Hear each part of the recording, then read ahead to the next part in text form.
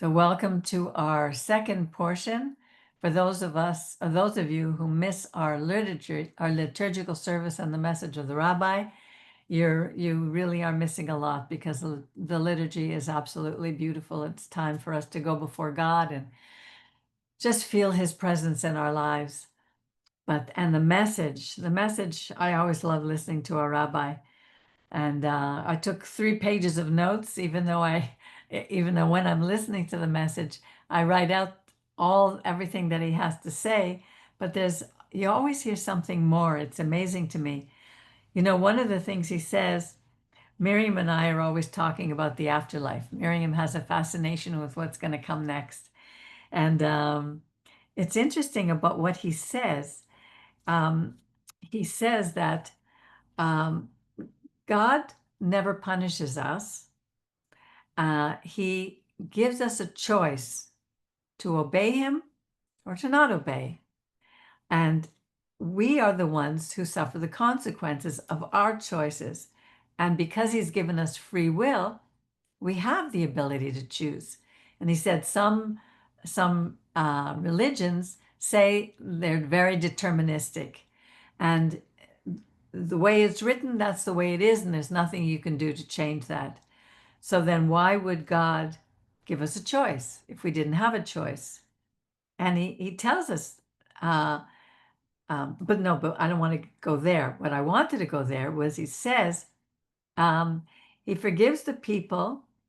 He will never forgive the people who willfully disobey, even though they think that they're safe, even though they're obeying and they're going their own way.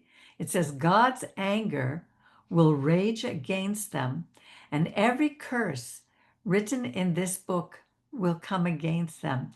And this is what he says: the Lord will blot out their name from under heaven. As I was reading that, I was wondering, what does that mean? He will blot out their name from under heaven. So it seems to me that our name, which is everything that has to do, the characteristics that represent us, who we are, our very being, is going to be blotted out. Doesn't say we're going to hell. We don't know what that is. We Anyway, this is one of the things that's a whole discussion in itself. Um, and he spoke about how many religions tell it. Do you want to talk about that, Miriam, or? Mm. Yeah, I've thought about that a lot in terms of, well, the news and all the things about the 70 virgins with certain Muslim who believe that. Which And I'm is thinking, what? very deterministic religion. Yeah, it is. But also, like I certainly believe that we live on. Our spirit is eternal, Yes. even an evil spirit. But then I was thinking, all right, I don't know. I'm not sure yet if I believe in a concept of hell, but I do believe in consequence of our actions. And somebody like Hitler, he's certainly not, I'm not going to share any space with him, I don't think, I hope. But what does it mean to be blotted out, his name? It could be possibly that he's just no more, Exactly. Just disappears from. just disappears. And in my humanness, my vengefulness doesn't want him just to disappear. I want his eyeballs poked out. I mean, I want him to, and I don't know what's going to be or whatever, but that's why when God says vengeance is mine, for the first time, only at some point this year or last year, I said, "Oh, that's why." Like for me, because I want people who like Hitler to suffer for what they've done, to suffer horribly for what they've done. Now, maybe they do, I don't know. I'm not decided about that, but maybe they're just blotted out because vengeance is not mine. God's nature isn't like that. Maybe Remember what? how, I can't hear you. remember how he was at the very end. He almost became insane. And the the experience of being alive and experiencing the emptiness of being without God is extremely frightening. almost can drive a person to insanity, to drive a person to wanting to kill themselves. That's how. Yes, but yet I constantly amazed, like at Nebuchadnezzar. I believe he has been forgiven. Now I don't know, but I think when he was eating grass and at his worst, and he said he said something that showed that he knew that God was the God. God Right. of Israel was the Most High, Okay. and but here's an evil man. Look at how many people he murdered and what he did. So there's two, I mean, there's Hitler and there's him. He returned, he made tshuva, Teshuvah. tshuva. Yes, I think so. And So, yeah, so it says free will is to the end. it says he did. It was the descendants after him that didn't, but he did right to Yeah, death. And that whole idea of teshuvah is so important. That's such an incredible formula. It's not about converting to a religion. It's about admitting what we do wrong. And that's not an easy thing to no. really admit at the heart of our being that what we said or what we did was wrong. Yeah, it's very hard. Yeah. But that's why I still I know from experience, I really think the hardest person to forgive is ourselves. It's cliche already. I know it's cliche, but it's really based Yeah. on truth because it's hard to really incorporate the truth about God's love and God's mercy. Because I don't know, we say, really, do I? Maybe we don't put into words, but maybe our stance inside might be, I don't really deserve that kind of love. We Right. may not realize we're saying that, but part of us, it's so instinctual in some of us or who've had, let's say, hard dysfunctional lives or whatever, to some part is saying, no, I'm not worthy of that. I know I see that in my family. I see that, it's plain as day that they don't feel worthy of that. Yes. There was something that happened this week that I felt that I might have hurt somebody by not accepting an invitation. I wasn't completely sure about it, but then I thought, why do I do that? And it's like, and then I said, if I wasn't hurt myself somewhere deep down, I could never do that to someone else. If we hurt anybody, it's coming from the hurt within. Right. When we love somebody, it's coming from the love within. It always has to start with us. It's amazing. And that's what I love about the whole idea of making restitution and that God is a God of beginning again. That we, Yeah, I love that phrase, God of God, beginning again. And as I always say, yes, the consequences of our actions, there's no doubt there are consequences of our actions. But again, I just have to keep saying this, but the evil that is now all over the world is gone. Think of like from the Adam and Eve till now, so much has happened. It's piled up. One evil is piled upon another and another, another. So when we say the consequences of our actions, we've just had somebody who was very dear to the congregation lose their little baby, remember? And I mean, how could you say that the mother and father, they didn't do anything to deserve that, but far enough back so the consequences are not just of our own personal actions, but it's a cumulative evil of all of us all around us. And to say that even, for example, the people who were killed on October 7th, are they evil or not? Well, maybe they are, or maybe, well, they're worshiping the golden calf at that festival. But I'm just saying, just to be clear to people who might be listening, to understand that, people who may have babies who have died and all these things, we can't take things literally without not understanding God is a God of community and a God of the world. So the actions of the world, they accumulate, and then there's fallout, and we suffer for other people's evil too. So it's important to know that it's not just evil as a result of us personally, even though we contribute to that.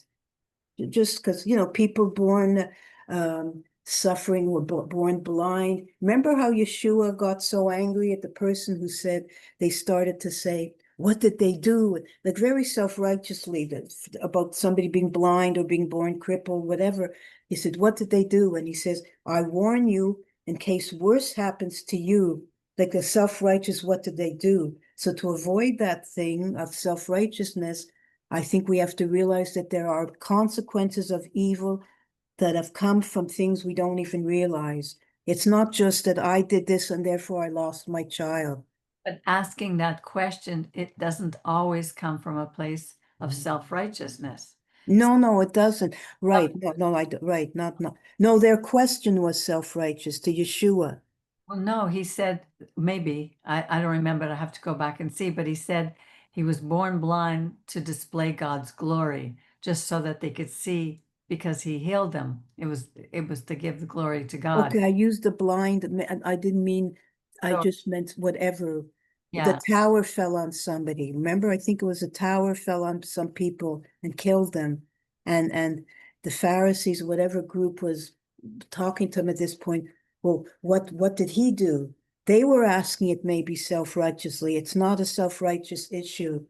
So they didn't necessarily do anything to have a tower fall on them. But who knows what our world is such a mess that everything, there's so many consequences of the actions of all of us as a human race.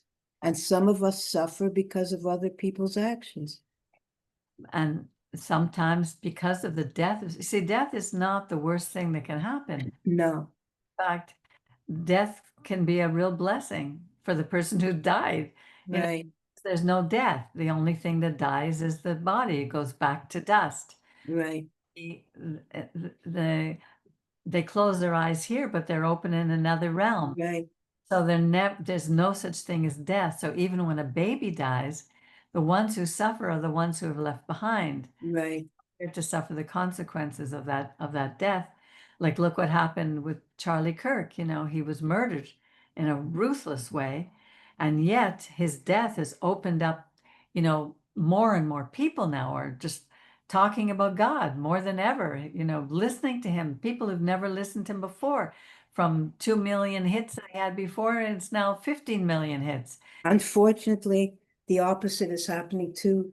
I just read something on Facebook. One of my cousins was furious that any sort of honor was given him because quoting that he's anti-Semitic and he's this and he's that.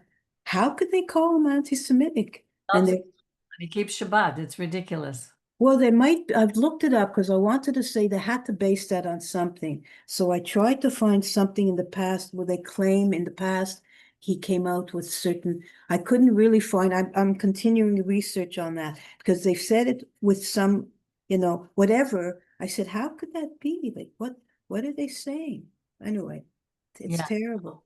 He was the last thing from, look, there's a lot of lies that are being spread. It's very difficult today to look things up and to know you're seeing what is the truth, because even AI can take the picture of somebody, the facial expressions, and make them say something that they never said. But this is not new. It's been Yeah, yeah, I know.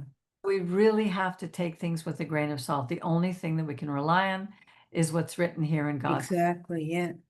And, uh, you know, all we can do, we can't change anybody else or make anybody believe anything else. All we can do is change ourselves. And that's what this whole time, it's called selichot in Rabbinic Judaism, where we're preparing ourselves. If we have extra stress and extra problems, it's always like that before the high holidays, before Yom Teruah, before Yom Kippur, and those days of awe, which we're going to start celebrating next Tuesday. We have a service next Tuesday at 12 o'clock noon for Yom Teruah. I'm hoping that you can all be with us. And we're going to um, look within, like Rabbi loved the Psalm 139. Search me, O God, know my heart. I know he said he used to say that every day, and especially during these high holidays. Let's say that and let's ask God, because we can't always see what's inside us. Only God knows. So as he we're asking him to search, things are going to happen, and we're going to be shown the things in us that need to be changed, need to be looked at, need to be restored. And that's very similar to the teshuvah, making restitution. Oh my God, what did I say? Because, or what did I do? Because most of us don't do anything intentionally to hurt anybody. So that's why it's important for you, for us as a community. If we hurt somebody, speak about it, talk about it, so that we can know and we can make things right. Because sometimes we'll say things off the top of our head, we may not have thought very much about it. And we become what's called the korban. Korban, from the word kerev, to draw near, to approach. We don't need an animal to sacrifice anymore, which is why I'm looking at, oh my goodness, I was looking at them preparing the red heifer and the rebuilding of the temple and the sacrificial system again. I'm saying, we don't need to sacrifice an animal to go before God, to make things right with our neighbor. We just need to keep the commandments and to be accountable to each other and responsible for the things we say and do. That's what Rabbi was talking about. And I love that idea of us being the hinge. The hinge is when we love ourselves, keep the Shabbat, and we honor our parents. That's the hinge between the first three, loving God, and the last five, loving our neighbor as ourselves. And that's a full-time job. We don't need all the extra rules and the extra laws that are man-made. We just need to keep searching our own hearts and growing. And it's like the peeling of an onion. The onion has many layers. And sometimes we think, why are we going through this again? I thought I dealt with that. Well, we didn't. We never will. We don't come to the end until we're at the end. So I don't know if anybody else has anything else to share. Yeah, one of the things he says is, when we go through difficult times, let us not say, poor me, poor me. Let's, if we're bothered by something, learn how to make it right. God is using that to wake us up, because there's something we're not seeing. And the pity me, poor me party is for those who are self-centered and fully focused on themselves instead of others. And we all go through that because we live in this body that has an ego. And even getting out of that, because it's not, I believe it's not enough just to say, because it could lead to self-righteousness if you deny, like you could say, well, I've got to stop doing this, and then sort of start acting a different way, but your heart is still in that mode. We have to learn why we're doing that. Because I remember reading a Christian therapist years ago, amazing what he said. We're too quick, all of us, not you, but all of us, to condemn a person without looking at what's below that thing. When somebody is self-pitying, all of us have done it to greater or lesser degree, but it's not, that's the fruit of something else inside us. And if you can't, we're not capable of saying, we can stop it outwardly, but what's going on inside has to be looked at. And it's not always that they want attention. It's some way, we get stuck in a lot of ways when we grow up. If we've been criticized all our lives, something takes root and it needs healing. So I'm just saying, I agree with what you're saying, but we have to turn to God, because self-pitying, all these things are a fruit of something that's been twisted in us because of our upbringing, whatever. And it's only really, to me, that what it's saying again is that we have to go before God and say, heal that in me. Things like jealousy, which thank God it's being healed a lot, but it's immobilized my life for years. And I begged God, I said, help me. So it's not enough to say that it's wrong. What is the healing? What is the act we have to do? We have to go to God. That's what Rabbi was saying. Yes, no, I agree with him. I'm just saying. So, self-pitying, it's not enough to say stop self-pitying. We always have to turn to God to get to the root. Why do these things come up in us? A person who's whole and walking with God is rarely, yes, we can all fall into self-pitying, but it's a wounded person who does that. I There. can't hear you. Sorry, what? If we stay there, that's the problem. Yes, yes, we can't stay there. No, no. Exactly. It's the same thing as saying, I'm sorry, and never doing anything about it and just keep doing the same thing over and over and again and keep saying, oh, I'm sorry, but it doesn't mean anything. Yeah, well, that's not even real sorry. Exactly. Yeah. Yeah. Just one thing I find it amazing, the verse that says the secret things belong to God, but those things revealed. Now, that's where the world has gone haywire. The things revealed are not a lot of things that people think are revealed, like expanding, writing more to what God has said, and not observing the commandments. It's really important that, I love that line, like the things revealed. What did God reveal? The Ten Commandments, the Torah. Right. Yeah, Yeah. Because I know people who are so deep in what's called Kabbalah, which is the mystical, but yeah. or people who are so new agey, mystical. And People they're taking the secret things. They're there believing that these are secret things for the so-called elect or those who have it's that to me is it could be a self-righteousness, uh, probably is. It's but not everyone who's in love with Kabbalah. There are beautiful things there, but it is in a way a self-righteous thing to believe there's secrets there, but only the sort of chosen could really comprehend those secrets. because he's saying the secret things belong to God, but basically he's given us enough for us to do. That those 10 commandments, believe me, are a full-time job. But not only to do, there's beauty and true mysticism, I believe. Yes. It's the only word I can think of magic to be like is from God. Like to me, when I first was awakening to God and I didn't really call it God, I remember I've always said this before, going into a grocery store, for example, IGA, whatever, going into the vegetable section, and I would be pierced with joy at the fruits and the vegetables. The apples are like bursting with the water of life. And I'm putting that into those words, but it didn't happen like that. I would linger over the apples, pretend to be choosing one, but really it was like joy. Now, if that isn't mystical, the true mysticism of God, because it's not just practical and don't kill, don't, it's not a set of rules, it's the wholeness. God has given us beauty that's more mystical than anything we can attain through what we believe other things.